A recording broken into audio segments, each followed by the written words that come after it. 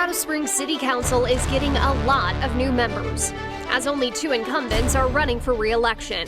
But questions remain. Should the city's borders expand, and where? City Council District 2, the most northern neighborhoods in the city, are no stranger to growth, including new businesses like an amphitheater that's created some controversy for neighbors. Today, we hear from one of the candidates hoping to represent the district in this special edition of News 5 at noon. And thanks for joining us for this special edition of News 5. I'm Allison Zimmerman. News 5 has partnered with the Colorado Springs Gazette for a series of city council forums in the next coming weeks. We want to make sure you are informed ahead of the April 1st city council election.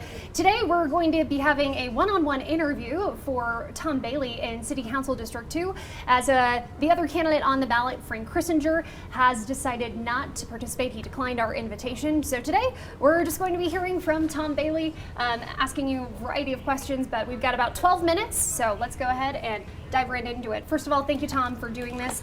First question right off the bat, what do you see as the biggest issue for the constituents in District 2 and for the city as a whole? Well, I think we're fortunate in District 2 that we don't have any real big controversial hard issues. Our issues are the same priorities and issues that the whole city faces. And for me, those things are, how do we manage growth? How do we grow responsibly, sustainably, so that we keep our city vibrant and growing, moving forward into the future? Part of that is, how do we keep our people safe? Public safety is key, and public safety is not just policing, but it involves a whole lot of things. You heard, you addressed yesterday or a couple days ago the wildfire risks and things like that. We had the Black Forest fire several years ago that came up close to our district. So that aspect of safety is also important. But ultimately it comes down to, how do we make sure that Colorado Springs remains a place where businesses want to locate, people want to live and work, and that will develop an economy and maintain an economy that gives everybody the prosperity that I think they deserve to have. You disclosed on your business interest form to the city that you do own a fire pit suite at Fort Amphitheater, which has become controversial for people within your district, the constituents that you would represent if you're elected to this seat. How will you effectively represent them while holding this business interest? Well, the good news, I think, is that the solutions are in place. The agreements between the city and venue are there. There is a plan going forward to maintain, to ensure that the amphitheater meets the sound requirements that have been imposed upon it. I think that's a good thing. A little bit of background is, as I served in the Air Force and we moved all over the country, my wife and I have chosen to invest in the local economy everywhere that we've been. And whether it's a bank in Fort Collins or this, that, or the other thing, we try to invest in local businesses because, again, economic prosperity and the vibrant economy that gives everybody the best chance to live is something that's important to us. So we saw the opportunity with the vision that we saw in venue, or the previous iterations of venue. We invested in that because we think that that's good for the city and good for the region as a whole, and us personally, quite frankly. When the opportunity came and the amphitheater became a reality, there's somebody who lives at my house who said, we want to have tickets there. So my wife said, let's invest in this as well, because we're happy with the company, we're happy with the management, and this gives us an opportunity to enjoy an amenity that our city has, and fortunately it's in our district. The amphitheater in Polaris Point and that whole area up there is such an amazing thing for us to have as a city. It's right on our front door. It's right outside our front door. Let me ask this though, will you recuse yourself if a vote comes up that could impact the amphitheater? I would have to have a discussion with the city attorney to find out what the rules are, because you're absolutely right, as a part owner, a partner in the amphitheater, I do benefit from that, so I probably would be required to recuse myself. However, there are more issues than just the noise. And the complaints against the amphitheater, I believe, come from a small but very vocal minority, and we need to balance their concerns against the broader benefits of the amphitheater. So recusal or not, I will continue to advocate for all the businesses in District 2 because I think they're a good thing for the city of Colorado Springs. And speaking of businesses, this question actually was inspired by a viewer. Certainly you look at Northgate, that area, so many big chains have also popped up as well. If you're elected to city council, what will you do to help benefit mom and pop businesses in our area? Well, I'm not sure how much role I would have on the city council to do that. I think that that any business, whether it be a big chain like Bass Pro Shops or something else, is good for us to have. People need an array of options when it comes to dining, business, any shopping, anything else that they do. So having a number of things is quite valuable.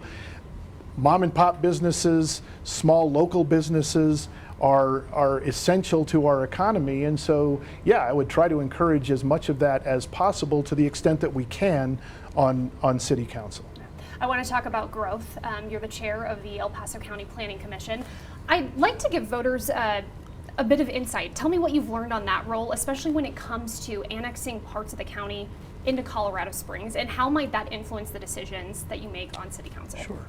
No, I've been very fortunate. I've had the opportunity to serve on the El Paso County Planning Commission now for almost 7 years, and the last 2 years I've been its chair. So I've learned a lot about land use and how we do that, and that's a big part of city council's job. Anything in the city comes to the city council for zoning changes, things like that. I've learned an awful lot, and early in my time on the Planning Commission, I was the Commission's representative to the Master Plan Advisory Committee. El Paso County rewrote its master plan a few years ago, and I got to help with that process. One of the things that became very apparent in that process is that the master plan recognizes the need for the city for any jurisdiction to control growth. The county saw inevitable growth of the city. And so annexation was one of the things that we looked at very closely and identified areas that were potential areas for annexation. These are the places that make sense for the city to grow. And so recently we had a couple of those areas come up and with different results. Amara makes perfect sense to me as a potential area for growth. I think it should have been annexed because I would rather have the city have some degree of control over what happens fairly near its borders. The Carmen line, more recently, that was approved, and I understand there's still some controversy about that. But Carmen line also makes sense because the utilities are there, the infrastructure is there, and as a resident of the city, I would rather have the developer build that infrastructure for us because ultimately the city's going to grow there. So bottom line, the philosophy is annexation is good because it allows us to control our own destiny. And there's also an effort underway right now to try and de-annex that Carmen line annexation. What is the balance here between city council's role to approve these developments and having the community have a say in these projects?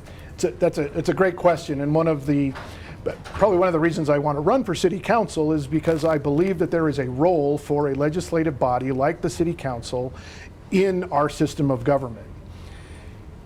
Voters elect council members to represent them to make decisions on these issues. And here's an example where council made a decision.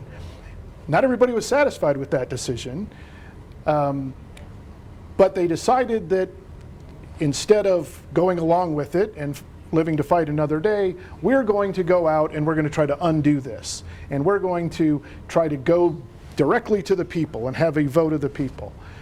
My response to that would be, if you don't need city council to make decisions, make sometimes controversial decisions, and you just want everything to go to the vote of the people, why are we doing this? Why are we electing a city council? Because you've taken that role out of, taken a legitimate government role out of the process.